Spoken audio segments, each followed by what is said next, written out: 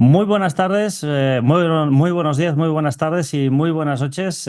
¿Cómo estáis? Espero que estéis muy bien. Y desde luego, como siempre decimos aquí, ¿no? Porque nunca sabemos exactamente cuándo nos estaréis escuchando o cuándo nos estaréis viendo. Hoy estoy con un buen amigo que conocí hace muy poco en Madrid, lo conocí personalmente. Y desde luego os puedo asegurar que el programa de hoy os va a encantar. Miguel Labrador, ¿cómo estás? ¿Qué tal? Muy buenas. Pues nada, yo encantado de lo mismo digo, ¿no? Fue una grata sorpresa. Bueno, ya amigos que tenemos en común, porque hemos visto que pensábamos que solo era el gran Juan G. Vallejo, pero no, Enrique Vicente, Santiago Reborer, que hemos estado hablando, o sea que, bueno, tenemos amigos en común y la verdad que el encuentro contigo fue una hora y pico y se hizo 2 minutos, o sea que, pero bueno, ya hemos preparado la siguiente visita, ¿verdad? Así que con ganas de poder hablar porque tenemos de temas uno detrás de otro. Desde luego, ¿eh? Y yo lo puse en las redes sociales, muchos puntos en común, pero no esperaba que fueran tantos y menos aún tantos amigos en común, ¿no? Miguel, explícanos un poco antes de empezar cuáles son tus redes sociales por si alguien te quiere seguir y que te pueda localizar. Sí, yo ahí en Facebook, Instagram y X, pues Miguel Labrador, vamos, es fácil y ahí verán la foto de perfil y demás, o sea, es reconocible, así que bueno, pues el que quiera seguir ahora, bueno, por tiempo, ya sabes en todo lo que estoy metido, pues no me meto solo para chistar un poco, pero bueno, luego sí que cuando haya un poco menos de actividad, sí que a lo mejor haré caso a mi mujer, por supuesto, que ella es la que siempre tiene razón y me dice, tienes que mover un poco más las redes y demás. Así que sí que quiero además colgar estos programas que estoy haciendo y demás y reunirlos y entonces, bueno, pues en breve yo creo que me pondré a un poco más a tope con el tema de las redes sociales. Sí. Fantástico, Miguel. Bueno, hoy vamos a hablar de dos temas, pero antes de hablar de estos dos temas, tenemos que deciros que de aquí muy pocos días con Miguel nos volveremos a encontrar para hablar de su libro, que es este libro de aquí, que por cierto yo puedo demostrar eh, que lo tengo firmado por el autor y dedicado, evidentemente. Y es un libro que desde luego ha sido un gran punto de inflexión en ciertas cosas, ¿eh? Sobre todo relacionadas con la arqueología, porque hablaremos de él en breve. Y tú has hecho unos descubrimientos aquí que son completamente alucinantes y que están aquí. Están aquí en este maravilloso libro que se llama Las Piedras de los Dioses, editado por Ediciones Luciérnaga. Y con una pregunta que desde luego nos hemos hecho todos en más de una ocasión. ¿Existió otra humanidad? Miguel Labrador, Las Piedras de los Dioses. ¿Dónde podemos encontrar este libro? Bueno, realmente en cualquier librería, en el Corte Inglés, nada, por supuesto en Amazon, que yo creo es por donde normalmente más se suele pedir, y ya digo, pues, en cualquier sitio como cualquier otro libro, bueno, pues ya la verdad es que una gran acogida, como te comenté, ¿no? Yo es mi primer libro, sí que es verdad que he escrito para Año Cero y para la Sociedad Española de Antropología, a la cual pertenezco desde hace ya unos años. Pero bueno, como escritor novel, pues el hecho de que ya esté a punto, según me dicen, de llegar a la tercera edición, pues hombre, siempre es un orgullo, ¿no? Porque es una cosa que yo nunca me hubiera podido imaginar siquiera. No me imaginaba escribir un libro, y imagínate pues que esté teniendo esa repercusión, ¿no? Y gracias, entre otros, a gente como tú que le da más visión, ¿no? Porque yo hasta ahora empiezo a ser un poco conocido, ¿no? Pero gracias a vosotros los que estáis en los medios mucho más tiempo y con más éxito, pues gracias a vosotros está teniendo esta repercusión, ¿no? Así que la verdad es que yo encantado. Bueno, muchas gracias, ¿eh? Gracias a mí no será porque yo te digo, yo soy un youtuber muy pequeñito y tengo un podcast muy pequeñito y por eso Pero pues todos somos también todos. alucino, ¿no? Cuando personajes como tú se brindan a venir a un espacio tan pequeño y tan reducido y evidentemente pues tengo mi público, ¿no? Pero no soy un gran generador de contenidos, ¿no? Por eso mil millones de gracias, Miguel, nuevamente. Tú has podido colaborar con muchos programas de radio también, como por ejemplo el Colegio Invisible, entre otros, ¿no? Y evidentemente, pues eres amigo de Enrique de Vicente, con el cual también has colaborado en YouTube. Miguel, Vamos a hablar, porque tú, bueno, el otro día estuvimos sentados en aquella cafetería en Madrid, y a mí me pasa un poco, o me pasó contigo, como cuando hablé la primera vez con Alex Escolar, que me quedé así un poco en shock. Digo, ostras, pero este tipo eh, tiene muchas pegatinas en la maleta, ¿eh? O sea, yo recuerdo aquellas personas que siempre al lugar donde van ponen una pegatina. Tú llevas una maleta con muchas, muchas pegatinas, Miguel. Vamos a hablar, si te parece bien, de tu viaje a Estados Unidos. Tenemos que decir que tú eres Ujú. piloto comercial, y por lo tanto, pues tienes experiencia, evidentemente, en el manejo de estas aeronaves. Y tú decides, has viajado muchísimo, pero decides hacer un viaje a Estados Unidos y evidentemente Miguel no va a hacer un viaje como el señor todo el mundo, sino que va a hacer un viaje con una serie de objetivos que vas a cumplir. Y gracias a estos objetivos te vas a meter en ciertos embolados, ¿no? Podríamos decirlo así. Sí, tal cual, tal cual. Este es uno de los... En esa época ya llevaba unos pocos de años de viajes arqueológicos, ¿no? Ya digo, nunca con ningún tipo de interés que no sea el propio, porque además nunca pensé que iba a llegar a despertar tanto interés, ¿no? Y este, sin embargo, fue uno de los viajes soñados, ya digo, de los pocos que no son arqueológicos y que desde la niñez tenía, no sé por qué, no sé si por las películas o por lo que fuera, pero yo siempre había soñado desde pequeño en hacer parte de la Ruta 66 y sobre todo hacer un viaje por la costa oeste, ¿no? Y ya digo, como en Estados Unidos, en principio, el tema arqueológico, pues no es lo mismo que en otras partes del mundo, bueno, pues sí que decidí hacerlo aeronáutico, ¿no? Es decir, ya llevaba años con la licencia de piloto, porque soy piloto comercial, licencia europea, pero luego piloto privado en Estados Unidos, ¿no? Que me saqué ahí la licencia de monomotor y demás. Y digo, bueno, pues ya voy a aprovechar allí y como ese es el primer mundo además para la aviación, no tiene nada que ver con el resto, pues es un disfrute, es espectacular. Volar en Estados Unidos es otra cosa, es otro mundo, ya digo. Y entonces ya digo, dentro de esas ilusiones era sobre todo sobrevolar el Gran Cañón, pero ya digo, como tú bien decías, no en plan de que me lleven, sino no, alquilando yo mi avión junto a un amigo, también piloto, comandante Borja Arias, y bueno, pues sobrevolar el Gran Cañón, toda esa zona, la presa Hoover y tal, ¿no? Ese era uno de mis sueños y entonces ya digo, diseñé, partiendo desde Los Ángeles, bueno, pues toda esa parte, ¿no? Toda la costa vía San Diego, luego Tucson, Phoenix, Las Cruces, al famoso cráter, ¿no? El meteorito ese famoso de Arizona que está al lado de Winslow, que es espectacular.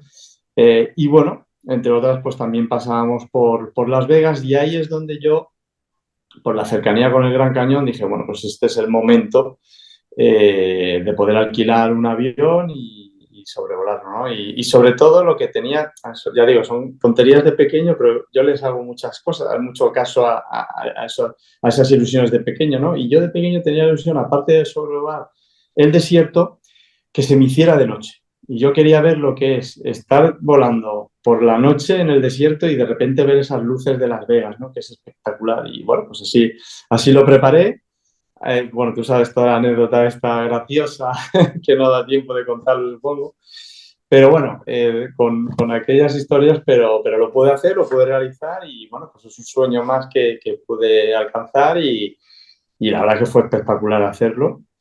Y luego, pues ya, como ya sabéis, el tema de hoy pues va sobre todo en lo que ocurrió al día siguiente, que es el día siguiente es cuando reservamos un día entero para, como amantes de la aviación y del misterio, pues qué mejor sitio que acercarse al área 51. Y ahí es donde tú eres testimonio, junto también a tu amigo Borja Arias, de algo completamente alucinante. Sí, fíjate, ahí empezó el día, porque también me gusta comentarlo, por la mañana temprano, como estábamos, bueno, en el Caesar Palace, pues en la avenida principal, en el Strip, andando un buen rato, pues llegas al aeropuerto internacional de McCarran, de allí, que es el más importante.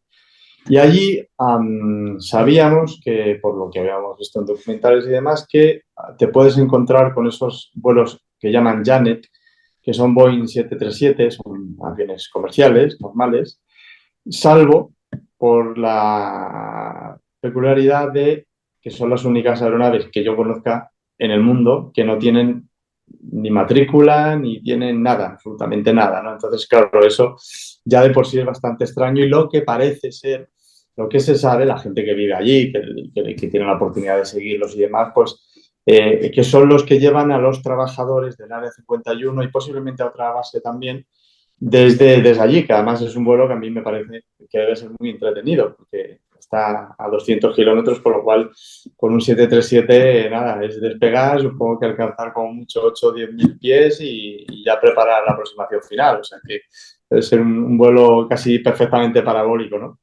Y ya digo, quise corroborar con mi amigo pues el hecho de que ahí están, y efectivamente hay una parte militar, pero ahí están los aviones, los ves tranquilamente y efectivamente ahí ves esos aviones 737, Boeing 737, poco antiguos, pero bueno, blancos, con esas líneas rojas y sobre todo lo peculiar. Sí que había alguno que sí que tenía matrícula November, que son las matrículas N, son las norteamericanas, pero sí que vimos otros que no tenían ningún tipo de identificación, cosa que en principio está absolutamente prohibido. O sea, de verdad que hay Claro. algunos de leasing que van sin marca, pero sin matrícula no puede ser.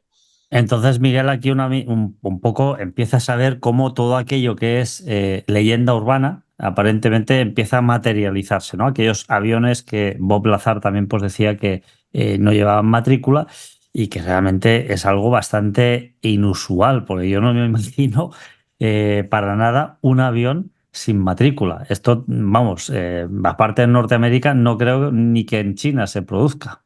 No, no, no. O sea, en principio en la aviación está prohibidísimo. Quiero decir, sí que algunas veces me han preguntado, oye, Miguel, he visto en Barajas o en Palma, he visto un avión que es completamente blanco, sin nada más, sigue con la matrícula, pero sin nada más. No, eso sí que se da muchas veces. Hay compañías que tienen un momento determinado una necesidad y hay aviones de leasing que no tienen marcas ni nada.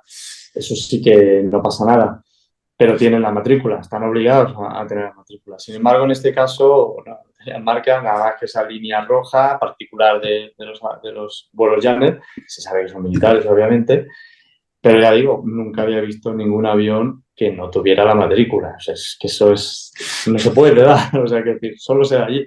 Bueno, pues te da, es, eres testigo de que efectivamente hay una cosa anómala que en principio no se puede dar en la aviación, pero que sin embargo, pues ahí está, y existe, y es así. ¿Qué sucede después? Porque identificáis estos aviones, evidentemente estamos hablando de que estáis en en una zona muy cercana ya al área 51 y a partir de ahí, ¿qué sucede? Bueno, ahí vamos, es un camino espectacular. De allí al área 51 es increíble. A mí me encantan los desiertos y fíjate que he estado en Namibia, en el Sáhara y tal, y para mí es el más bonito de todos, esa zona de Death Valley. Y entonces, bueno, pues se tarda unas 2 horas en coche aproximadamente en llegar a la zona del área 51, pasas por esa famosa Extraterrestrial Highway, ¿no? Que luego entendí por la noche por qué la llaman así, obviamente. Y bueno, pues te encuentras alguna tienda de camino, porque claro, es un páramo, eso está desolado, ¿no? Entonces, bueno, es una tienda ya de extraterrestres y va, compras las típicas tonterías, ¿no? Y bueno, pues yo recuerdo que llevaba el primer iPad, esto es un poco antiguo, pero llevaba un mapa ya bien preparado de todas, porque claro, hay gente que se piensa que la 51 tiene una entrada, dos entradas, eso es enorme, pero por la zona de Rachel, yo creo que había como 6 o 7 entradas posibles, o sea que no solamente una. Luego está la del el White Box o Black Box, creo que se llama. Luego está la localidad de Rachel, que ahí está la entrada más famosa, ¿no? Que es la de las vallas y demás, ¿no? Y del puesto de seguridad, pero no, había, ya digo, 6 o 7 más. Y bueno, pues yo las tenía marcadas muy bien estudiadas antes de ir y bueno, pues para hacer las típicas fotos de rigor, y bueno, pues nos fuimos a una. A la primera que llegamos, bueno, pues ya con mucha precaución porque creo que te comenté el caso de cuando volé allí en Estados Unidos un caza y todo lo que ocurrió. Entonces, Como ya tenía esa experiencia, dije, bueno, no vamos a liarla y vamos a parar el coche muy lejos de lo que es la única valla que había, con el típico cartel de prohibido hacer fotos, de traspasar y tal, no sé qué. Y bueno, poco a poco nos fuimos acercando. No había nadie en mitad del desierto, un solazo increíble. Y ahí es verdad que, tal y como vi en documentales y demás, efectivamente, de repente, en la loma que teníamos enfrente a la derecha, aparece un tractor, esto es La pick-up. una pickup. Y efectivamente con los Camo Dudes y demás, y es verdad que es como te comentaba, ¿no? Una cosa es verlo en el documental y mira qué bien, tal, pero cuando estás ahí y claro, ellos lo hacen muy bien porque te dejaban claro que estaban ahí, que te habían visto, que ya se habían asomado, te habían visto antes eso, evidentemente, que no era muy difícil de saber, porque es verdad que con el desierto el polvo que levantas yendo para allá lo ves a 30 kilómetros. Pero la cuestión es que ahí aparecen y es verdad que impone y bastante. Y entonces, bueno, pues no hicimos nada, bueno, fotillos y tal, pero siempre alejado de la valla para no crear ningún tipo de tensión. Pero bueno, también nos alegró un poco ver ese movimiento, ¿no? Y dices, ostras, que sí, que esto, porque ya digo, esto fue en diciembre del 2011, faltaban todavía 2 años para que se reconociera públicamente que esa base existía. O sea, hombre, yo sabía que eso, obviamente, todas las cosas que salían era por algo, ¿no? Pero bueno, que ahí nos cercioramos de que efectivamente ahí se está trabajando y hay seguridad y demás. Miguel, una pregunta que te quería hacer. Como civil, que no soy aviador, he volado algún avión sin motor alguna vez. He tenido este privilegio en Fayensa, en Francia, le llaman le Pays du vol à voile. Y yo no conozco mucho la reglamentación aérea, pero te hago una pregunta que es la siguiente. Si yo, pues no sé, tú imagínate que yo soy piloto aficionado, voy a Las Vegas, me alquilo una Cessna y me voy hacia una de esas entradas y tiro para adelante. Me importa absolutamente un bledo todo y penetro en ese espacio aéreo. ¿Qué me va a suceder? Te van a avisar, te van a avisar una o dos veces, porque bueno, puede pasar que alguien se confunda, se distraiga, pero a la tercera te sacan los cazas enseguida y si ven que no te dan la vuelta inmediatamente, ya sabes que no lo vas a contar, eso por seguro. O sea, O sea, te van a abatir directamente, es lo más probable, ¿no? Sí. sí, sí, no, bueno, o sea, seguro. Claro, esto de alguna forma me invita a hacer la siguiente reflexión porque es una reflexión sin duda alguna, creo yo, muy recurrente, pero muy potente, ¿no? Porque al final, cuando hablamos de objetos voladores no identificados, estos objetos voladores no identificados son capaces de penetrar en esos espacios aéreos hiper mega protegidos y que nadie, absolutamente nadie, puede hacer nada contra ellos. O sea, es algo que me parece completamente alucinante, ¿no? Con lo cual, ya me gusta que me confirmes tú que estos espacios aéreos están extremadamente protegidos, porque al final algo que sí que devuelve un eco de radar se está paseando libremente por encima de instalaciones como esta. ¿Qué es lo que sucede luego, Miguel? ¿Os hacéis las fotos? ¿Qué hacéis? ¿Os vais? ¿Os quedáis? Claro, nosotros nos hacemos las fotos de rigor, luego en la entrada más famosa y demás, y fíjate, lo que es la vida, ¿no? Las casualidades de la vida, ¿no? Nosotros, bueno, estaba ya atardeciendo, pasamos todo el día y fantástico, ya digo, un sitio maravilloso. Y nos vamos a Rachel y para comer, pues el famoso Little Alien, ¿no? La Ujú. hamburguesería esta que aparece incluso en películas y demás, ¿no? Y bueno, pues ahí nos tomamos la hamburguesa alienígena, muy buena, como en Estados Unidos no lo pueden hacer mejor. Y yo recuerdo que ya nos íbamos a ir para Las Vegas y estábamos hablando con los dueños de la hamburguesería. Lo típico, no, somos pilotos y tal, y además eran encantadores, una pareja encantadora. Y justo la mujer, yo recuerdo que hablando, no, somos pilotos y tal, y nos dijo, pues mira, las últimas noches ha coincidido que todas las noches, las 3 o 4 últimas, se han visto aviones de caza. Porque ya digo, ya, pues yo no son pilotos y tal, pero están acostumbrados a estar ahí, saben perfectamente los cazas que pasan y tal. Y sobre todo ya decía, no, es que lo hemos visto con el Afterburner, ¿no? Cuando sale de las toberas lo que es el fuego, ¿no? Cuando le dan al máximo, pues claro, eso es muy espectacular, ¿no? Y entonces eso nos anima a Borja y a mí a decir, oye, pues mira, si tampoco no teníamos nada mejor que hacer, digo, pues si en vez de ir ya directamente a Las Vegas, ¿por qué no nos quedamos aquí? Oye, y si encima vemos algún avión o lo que sea, pues ya digo, al igual que vimos lo de los Camel Dew, pues también nos haría ilusión ver algo, ¿no? Ver movimiento en una base que supuestamente en esa época todavía no existía, ¿no? Pero bueno, pues volví a coger el mapa y lo puse, nos pusimos en uno de los puntos donde estás directamente enfrente de la base. La base está a unos 20 kilómetros, calculé, con una montaña en el medio a unos 10 kilómetros estaba la montaña entre la base y nosotros. Yo ahí dije, esta yo creo que es la mejor zona porque es la más cerca de donde está la base y la tienes enfrente, aunque esté muy lejos, pero la tienes enfrente. No sé si me querías preguntar algo. No, no, no, estoy Ah, escuchando atentamente. O sea pues que al final tú incluso la posición que adoptáis con Borja es una posición que determináis, que no es una posición al azar, sino que tú vas con esos mapas en tu iPad y trazas, estamos hablando de 2011, ¿no? sí, sí, sí. Y Claro. ahí, y sí, ya te digo, ahí tenía con el, no sé si era el Google Earth o uno de estos, pero sí que Ujú. recuerdo que situé el punto de la carretera donde estabas más al centro, ¿no? Bueno, que no es trabajo mío, realmente había una página norteamericana que te explicaba cuáles eran los mejores puntos, ¿no? Y efectivamente en el mapa tú veías que estaba donde están las pistas y lo que se ve de la base lo tenías enfrente, muy lejos, porque verdad que veintitantos kilómetros, pues fíjate, está muy lejos, ¿no?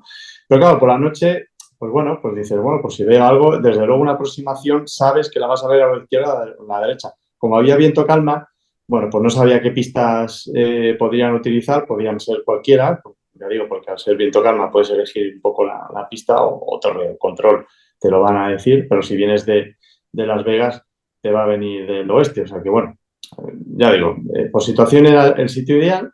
Ya digo, fue hacerse de noche, porque recuerdo que ahí anochecía más o menos como en Palma, yo en esa época vivía en Palma de Mallorca, y a las 6 y poco ya era de noche, efectivamente, ahí también.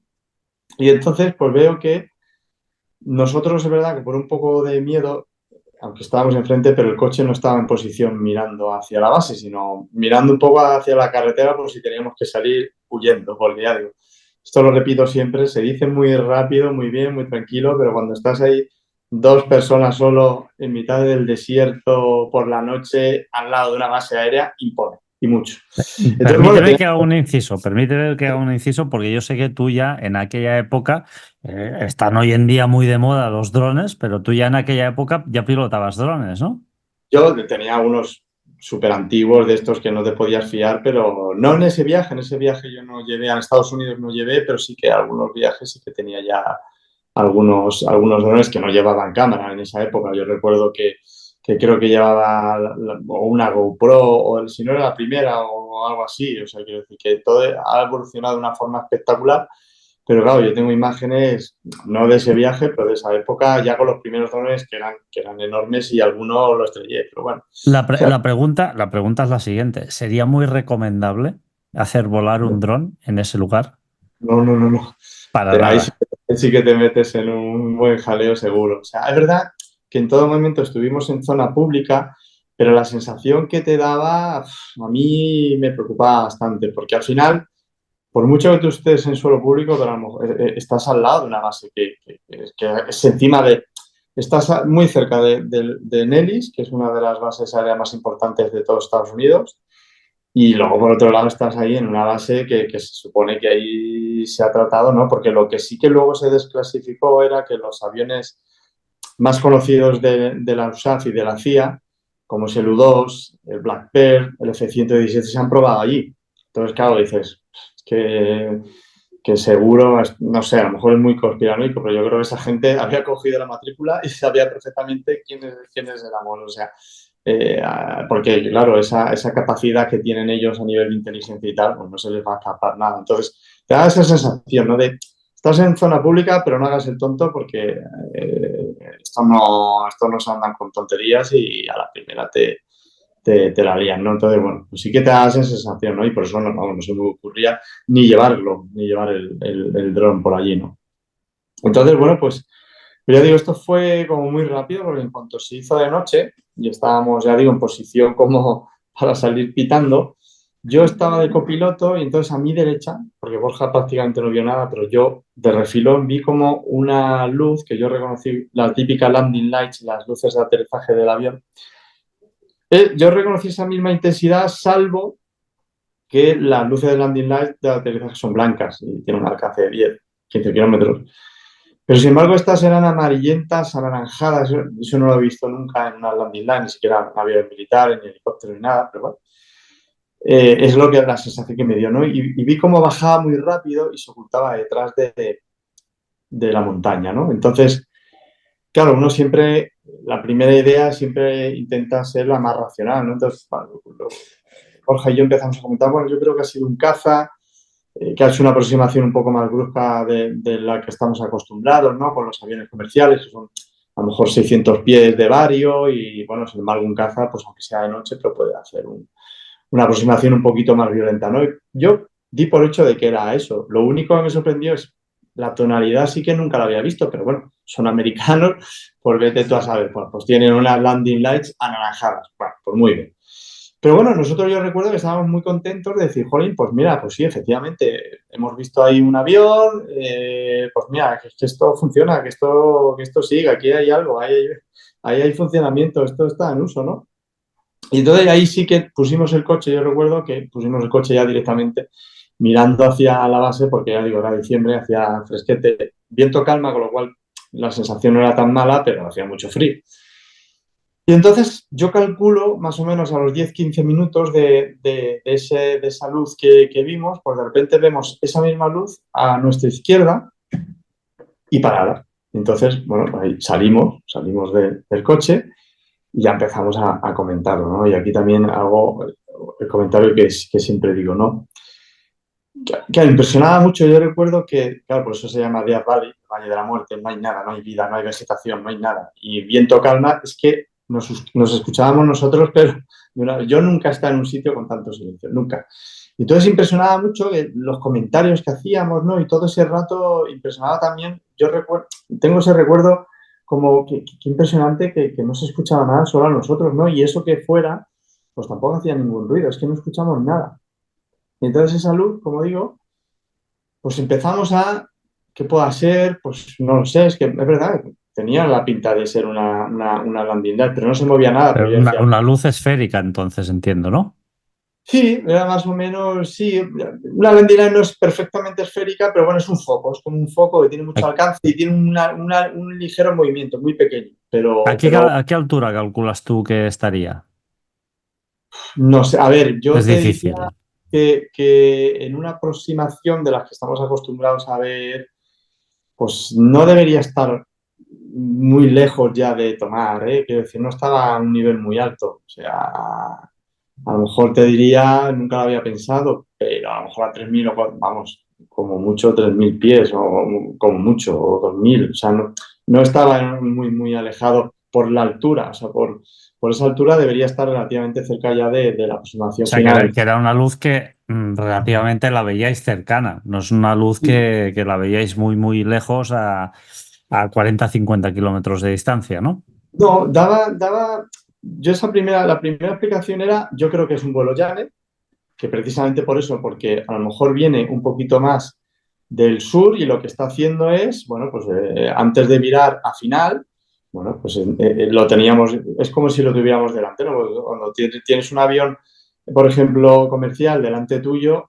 en una aproximación, que lo puedes ver aquí en Madrid o tal, parece que no se mueve, porque lo tienes enfrente, pero una vez que ya hace un viraje, pues ya empiezas además a ver las beacon lights, las luces rojas, flashing y todo esto, ¿no? Y bueno, ahí estuvimos un rato, pero claro, ya fue demasiado rato. Digo, es que no se mueve. Y entonces ya empezamos a ver si en vez de un vuelo Janet o un avión, pues a lo mejor yo qué sé, con un cielo espectacular, luna nueva creo que era. Entonces no había ninguna contaminación lumínica. O sea, digo, a ver si no estamos acostumbrados a ver este tipo de cielo espectacular y a lo mejor es Venus, tal, que verdad, que pasa. Yo, por ejemplo, en el programa de extraterrestres, yo quería comentar más Venus, me salió Júpiter, pero también ha pasado con Júpiter que de repente del momento del día y de la época del año hay unos segundos en los que parece que es una landing light porque da un mismo tipo de luminosidad. Pero claro, enseguida luego ya te das cuenta de que no. Y bueno, pues ahí estábamos intentando explicar qué era, qué no era, pues yo creo que esto, que lo otro y tal, hasta que empezó a moverse de una forma espectacular. O sea, algunos movimientos así como súper rápidos y yo lo vi siempre horizontal. Es curioso muchas veces porque, como te comenté, hablándolo con Borja, él sí que recuerda que alguna vez vio como un movimiento vertical. Yo lo recuerdo todo horizontal, pero es verdad que en ese momento, claro, empiezas a ver cosas que no te cuadran porque ese movimiento, desde luego, no podía haber alguien ahí porque esas Gs eran imposibles de soportar, pero ni un tercio de esas Gs, o sea, ni un tercio.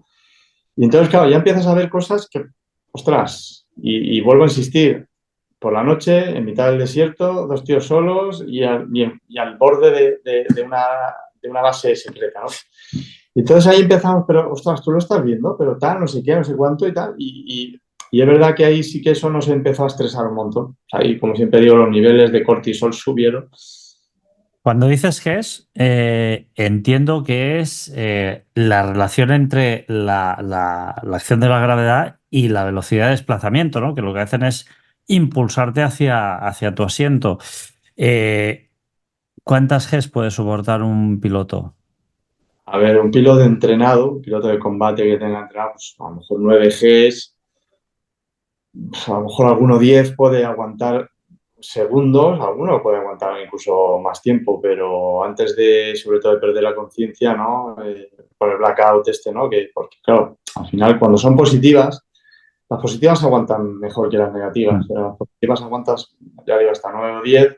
El problema es que por eso se necesitan en los aviones de combate los trajes, esos trajes especiales que se inflan para poder revertir la caída de la sangre, ¿no? Porque cuando te pegas al asiento, toda la sangre se te va para abajo y por eso te quedas sin ver, ¿no? Y luego pierdes el conocimiento. Y sin embargo, las negativas son peores porque es al revés, la sangre se te va a la cabeza y lo ves todo rojo y es verdad, Uf. yo lo he probado y eso es de las cosas más desagradables que he notado en mi vida. Y por eso se aguantan uno y pico, dos. Y ya digo, eso no sé, pero triplicaría o más por esos movimientos tan rápidos. O sea, ya te digo, yo he tenido la oportunidad de volar un avión de combate y un helicóptero y demás, y eso, no, vamos, pero ni de cerca. Entonces, claro, ahí yo recuerdo que nos empezamos a asustar porque sí que te daba lo que te decía, esa sensación de estamos viendo algo que a lo mejor ahí hay gente viéndonos y no sé realmente qué estaría pasando por allí, pero yo creo que a nosotros se nos vio porque también cuando encendías el coche, encendías las luces y fíjate, pues si das un cantazo en la única luz que hay a kilómetros, pues imagínate. ¿No? Pero aquello de repente se apaga o desaparece porque estos movimientos duran muy pocos segundos. Y ya digo, pues o desaparece o se apaga y simplemente con apagarse y pues, ya lo vimos, nada, ¿no? Entonces ya digo, con esa excitación tal, lo metimos en el coche diciendo, ostras, pero es que esto que hemos visto es, jolín, esto es súper raro, no tenemos todo muy claro. Y luego ya, que fue lo más espectacular, cuando estábamos, ya digo, ahí mirando hacia adelante, estamos hablando ya nuevamente, de En el repente coche, vemos estabas ya en el coche tranquilamente. y de repente vemos algo que es, ya digo, mi cerebro reconocido, dentro de lo que es una luz impresionante, que alumbró todo y como si fuera de día, como una especie de épsilon.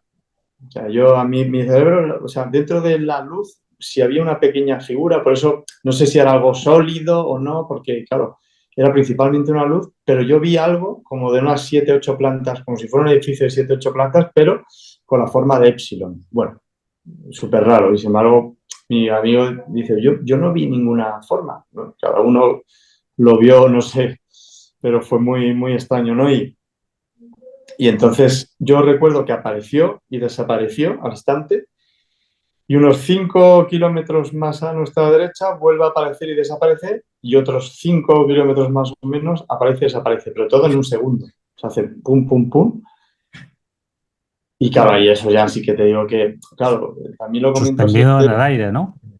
Sí, sí, sí, no, porque está encima, a mí me da la sensación de que estaba como un poquito detrás de la montaña nuestra, que estaba enfrente nuestra, pero muy cerca, o sea, casi encima de la montaña.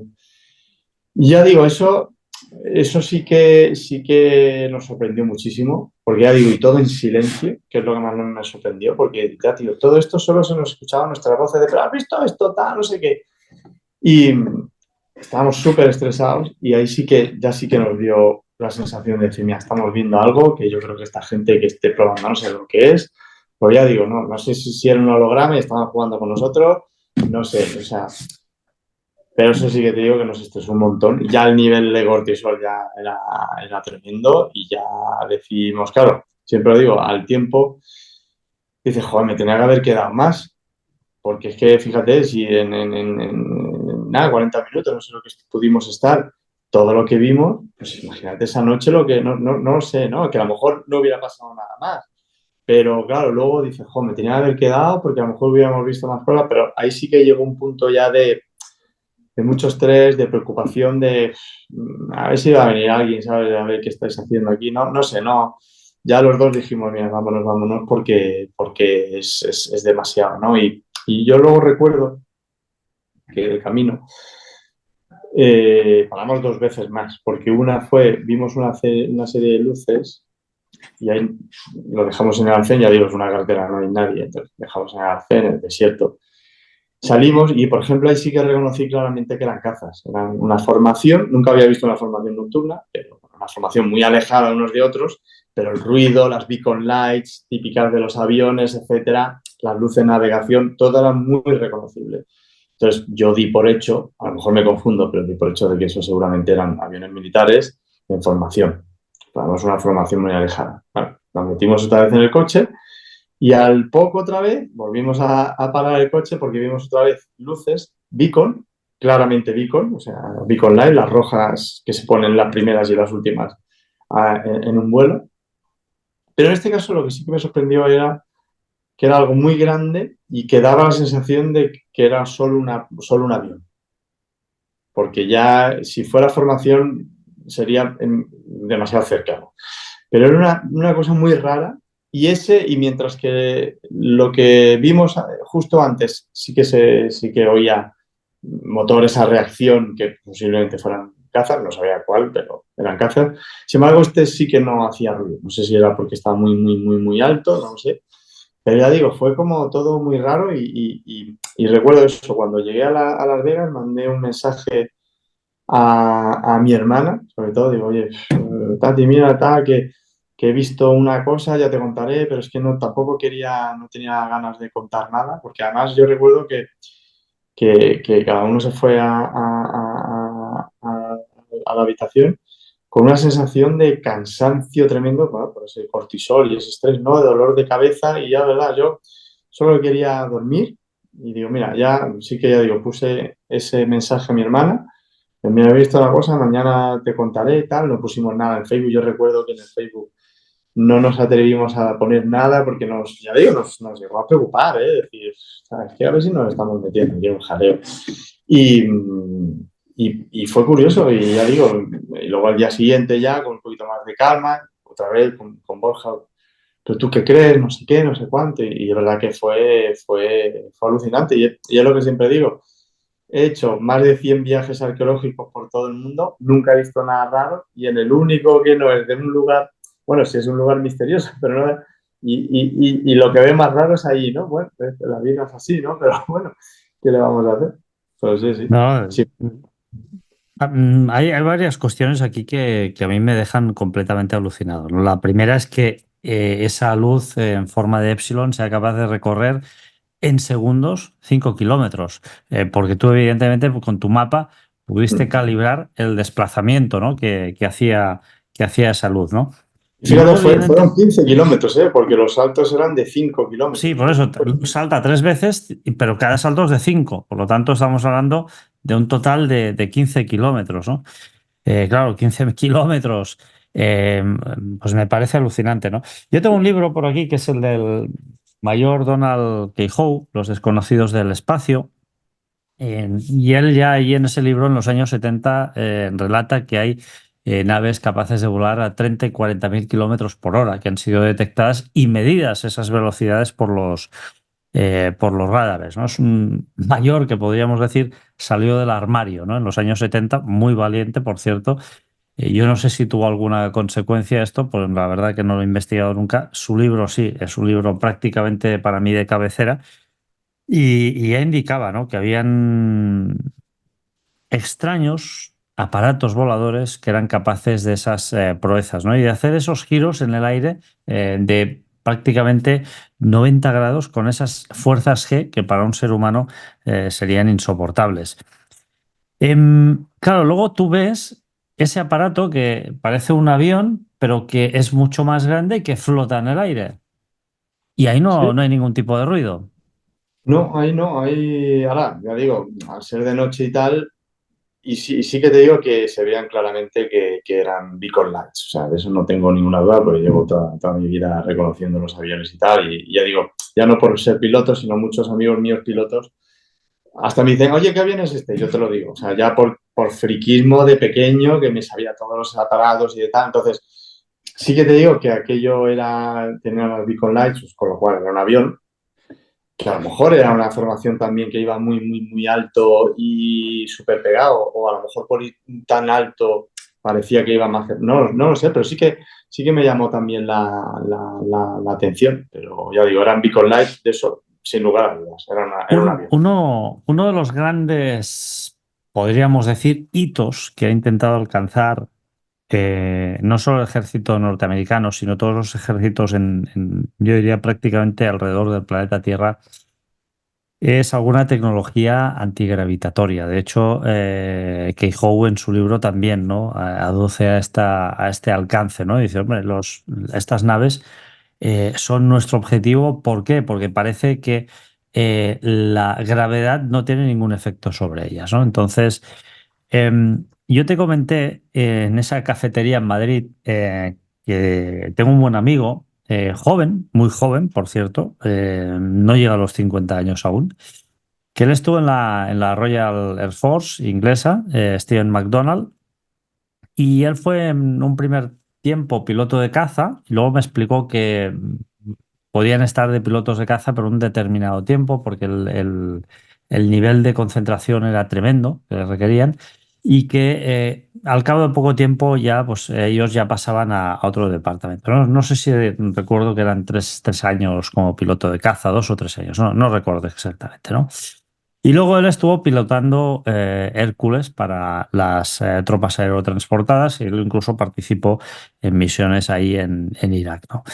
Yo le pregunté si él era consciente o tenía algún tipo de información que le indicara que el gobierno inglés, en este caso porque él trabajó para el gobierno inglés como piloto, quizá pudiera disponer de algún tipo de tecnología, a lo mejor no antigravitatoria, pero que sí que se acercara, ¿no?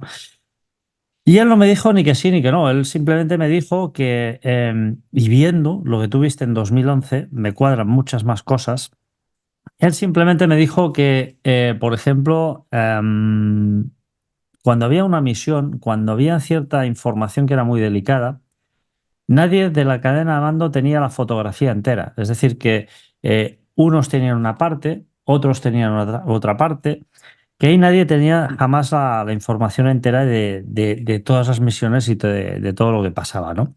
Y que si esto lo extrapolábamos a la tecnología, pues que evidentemente era muy posible que el gobierno inglés y sobre todo el gobierno norteamericano dispusieran de tecnologías difícilmente comprensibles para nosotros seres humanos y que a lo mejor, y que a lo mejor una de ellas quizá podría ser una muy similar a la antigravitatoria.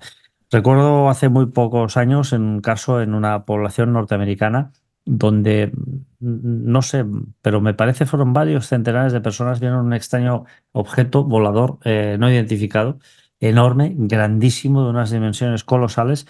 Lo vieron varios centenares de personas. Hace poco incluso se rodó un documental y reunieron a un pequeño pueblo que avistaron masivamente ese objeto y todos concluían en que era un objeto volador no identificado enorme, una especie de como de nave espacial, y que pasó sobre sus cabezas sin hacer ningún tipo de ruido. No sé, Miguel, yo te lanzo la pregunta, porque me veo en la obligación de hacerlo. ¿Tú crees que nosotros, seres humanos, tenemos algún tipo de tecnología nueva que sea capaz de desplazar grandes masas por el aire y que además no genere ningún tipo de ruido? Mira, yo siempre pongo, claro, desde el punto de vista aeronáutico, ¿no? Lo que son las capacidades de Estados Unidos, ¿no? Quiero decir, como comentaba antes, ¿no? Cuando el Área 51 ahí se reconoce en 2013 y tal, que allí se han probado aviones como el Black Bear, el F-117, el U-2. A lo mejor el U-2 no tanto, pero sobre todo el Black Bear y el F-117 yo los sigo viendo. Yo he tenido la oportunidad de verlos in situ, ¿no? En persona, en Estados Unidos, en varios museos. Son espectaculares, es decir, y lo veo hoy mismo y me sigue pareciendo increíble. Unos aviones increíbles en el diseño, en la forma, no se sabe muy bien. Bueno, uno de titanio, el otro, todos los componentes no se tiene claro todavía.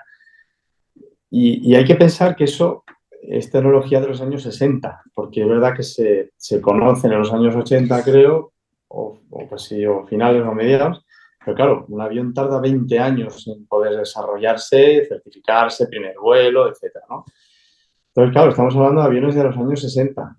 Teniendo en cuenta el gasto en armamento que tiene Estados Unidos, las capacidades, y eso sin contar presupuestos ¿no? Reservados, de proyectos reservados y demás, claro, es una barbaridad. O sea, es que es una absoluta barbaridad. Entonces, si estamos hablando de que tenían un avión como el Black Bear, que fue ya llegar a casi Mach 4 hace 60 años o más, imagínate qué es lo que tienen ahora. O sea, es que de 50 años con una tecnología que se ha multiplicado por 25 o 30 y además los últimos años encima todavía vamos más veloces con ese progreso.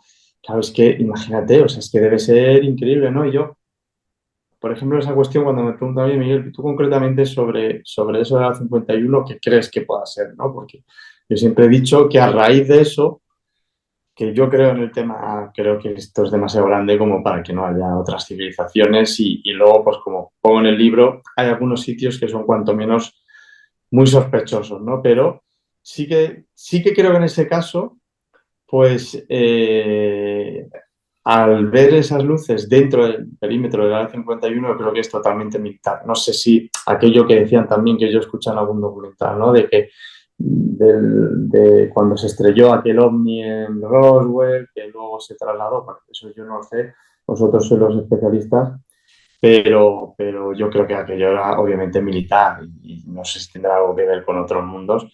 Y por eso muchas veces creo, porque yo hubiera caído en eso, o sea, yo si eso lo veo aquí en la Sierra de Madrid o en Mallorca o en Badajoz o en Teruel, yo hubiera dicho, yo he visto un ovni, o sea, he visto un ovni extraterrestre, quiero decir, entonces, cuidado muchas veces porque para mí eso era algo militar y claro, saqué esa conclusión porque estaba en el aledaño del área 51, pero si eso yo lo veo en cualquier otro lado, sí que estaría hablando. Yo he visto una cosa tremendísimamente rara que no casa con nada, ¿no? Pero sin embargo, por haberlo visto al lado del área 51, sí que eh, la razón me dice que debe ser algo estrictamente militar. Luego, que de dónde venga la tecnología, no sé qué, pero sí que me pega que con el presupuesto que tienen y todos los años que han pasado desde que tenían ya esos aviones que son espectaculares a día de hoy, pues no me extrañaría, por supuesto, y antigravedad y no sé qué, ¿no? Y luego otro punto, que creo que lo comentamos también el otro día,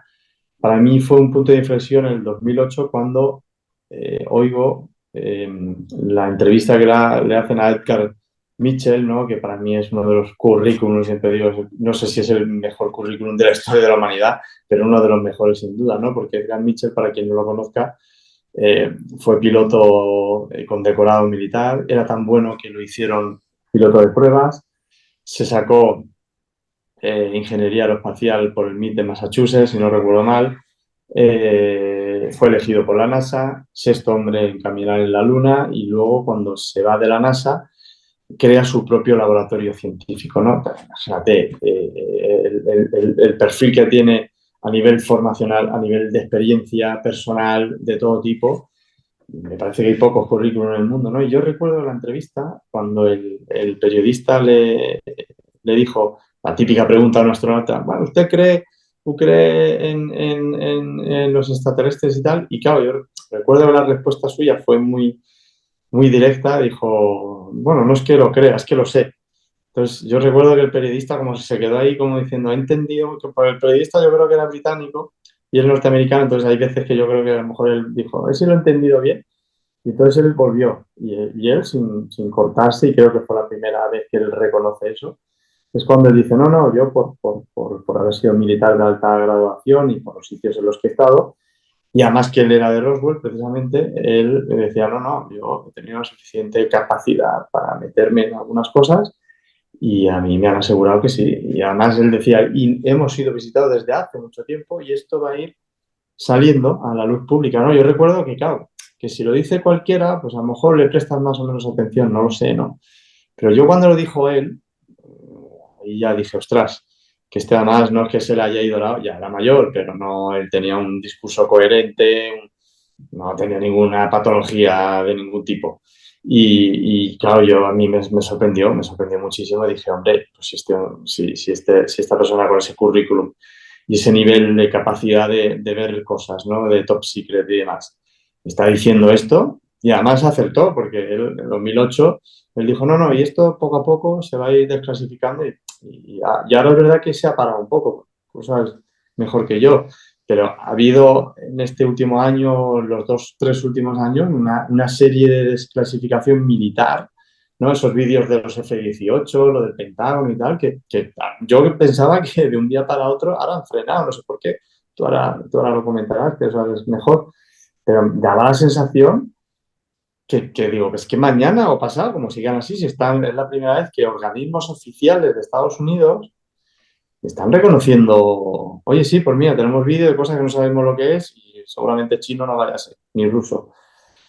Entonces es como, ya digo, ahí eso me cambió bastante y ya digo, pues ahí estoy entre, no sé lo que vi realmente, que a lo mejor, yo siempre lo digo, a lo mejor era un simple holograma y se estaban riendo de nosotros en el Área 51, no lo sé, pero bueno, la cuestión es que evidentemente ahí eso estaba, había gente, estaba trabajando, o sea que eso existía, como luego ya se reconoció, y a saber qué es lo que hoy en día tienen o están probando. Debe ser algo increíble. Yo lo que te puedo decir, y a los datos me remito, es que en los años 50 ya habían drones. En los años 50 ya se usaba la inteligencia artificial, o sea, ahora algo que parece que está tan de moda, ¿no? No es que Mm. esté de moda, es que se ha popularizado, podríamos decir, y ha llegado a las grandes masas. Pero es algo con lo que los militares llevan trabajando muchísimos años, ¿no? Y otra cuestión que a mí me impactó bastante hace unos años que empecé a investigar unas extrañas luces que se vieron en el País Vasco y en los Pirineos, ¿no? Y en los Pirineos en varios lugares, hasta que encuentro un personaje, un testigo muy creíble que yo conozco muy bien, profesor además, y que desde su casa veía unas luces esféricas que eran capaces de recorrer distancias enormes en microcentésimas de segundo. Algo realmente increíble, ¿no? Yo tengo el personal convencimiento de que los gobiernos prueban estas tecnologías con los civiles. ¿Por qué? Pues sencillamente para ver cómo reaccionan o para ver si son capaces de detectarlas y denunciar que han visto algo extraño en los cielos, ¿no? Para que estas tecnologías, estas luces o estos aparatos puedan camuflarse de una forma mucho más eficiente, ¿no? Y de hecho, todos hemos visto recientemente, ¿no? Los chinos que son capaces de hacer muchas cosas, ¿no? Yo tengo algún dron pequeñito, estos de DJI, y DJI no es americano, es chino.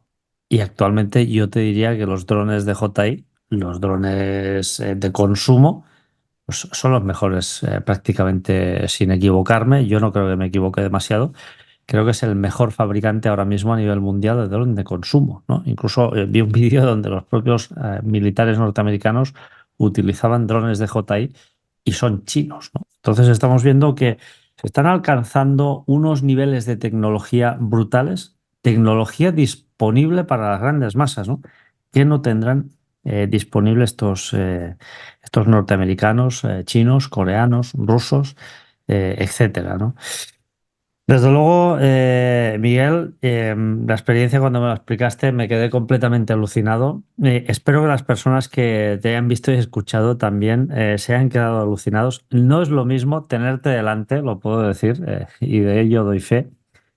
Y desde luego se nota perfectamente cuando una persona ha vivido algo, lo ha sentido como real, de cuando una persona realmente tiene dudas de saber lo que ha visto, ¿no? Y ahí se nota mucho porque tú tienes una gran experiencia como piloto y desde luego eso es el factor que cambia absolutamente todo. Pues Miguel, yo creo que lo podemos ir dejando aquí ya prácticamente.